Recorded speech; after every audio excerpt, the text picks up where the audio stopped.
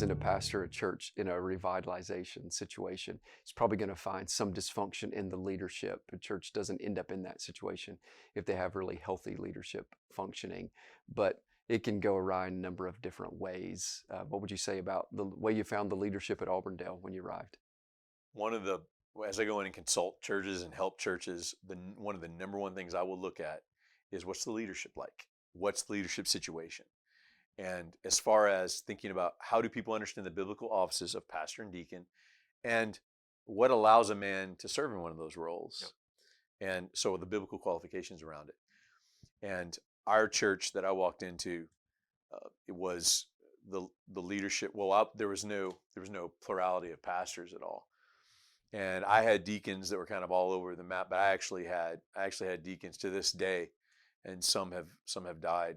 To this day, I'm convinced were unconverted. I mean, didn't even know Jesus, and they were deacons in a church where deacons function as pseudo elders. Yeah. And so, obviously, when people hear my story and hear about all the hostility and the firing attempts, I mean, it was because there were people in power Yeah. that was going to function that way.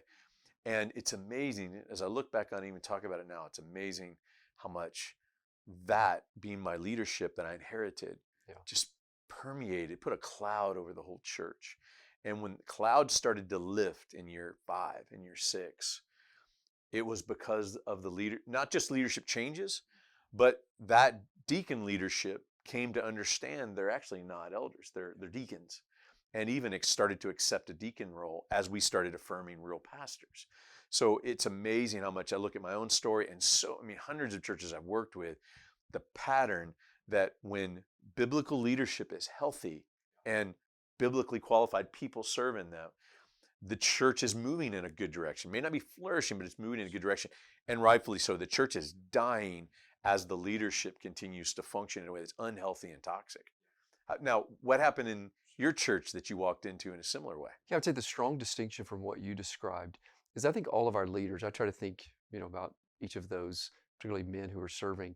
I think they're all believers and had a heart for the Lord. Yeah. I think there was a lot of confusion though about what the church is and what she ought to be doing.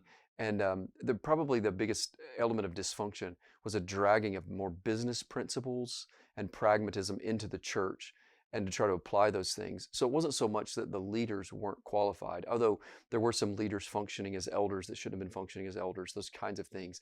But it wasn't because they weren't spiritual people. But I think the biggest challenge for us was that our leadership structure and our understanding of how the leadership ought to relate to the members was more grounded in a business principle or a business approach to it than it was really a scriptural approach to it. So just teaching on not only the offices of elder and deacon, but then even thinking about what congregationalism is and what it's not. And it's not representative democracy like we have in the United States of America, but it is that the congregation should function and have some authority. And how does that relationship between elder and congregation work? And I want to highlight that we have two different situations. Both were unhealthy in their own ways that we had to address to revitalize a church. I would argue what you were in even is more difficult in the long term than what I faced, even though mine was kind of a bigger, like on the surface mess, because ours needed just an entire overhaul. And when you're able, there's some ways that that's easier to do right, than, like you said, right, men who are believers, That's who right. are committed to the church, who Right. want good for the church, that's right. but maybe don't understand Yeah. how to function as a shepherd and as a That's right. as a leader, as a true biblical Mhm. pastor in that role. It's kind of, so you would think it'd be easier to get to Yeah. see if you're already at B Yeah. versus being at A, but it's not that way, is it? No, in some ways it's easier to blow it up and then That's right. start again from the base and then build it, as opposed to it didn't need to be entirely dismantled. It just needed to be tweaked, but tweaked in some really significant ways.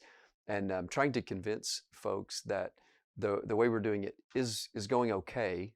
There's nothing obvious here, but it's just not scriptural. It's not as biblical as it ought to be. As much as we don't want to use the phrasing like blow it up in church revitalization section, Sorry, that's it's probably not the actually right way to pretty do it. accurate what you said, like Yeah. in some ways. And so again, it's kind of the drama of my story Right. is captured in that. Yeah. But by 5-6 years, we were moving forward in a healthy way, in an entirely different way, thriving in a way that it took longer for you. Sure. And those threads of dysfunction are harder to expose when on the surface things seem to be going okay. You walk into a situation like Auburndale, it's just really obvious. Look around, something's not right here. Something's not functioning correctly.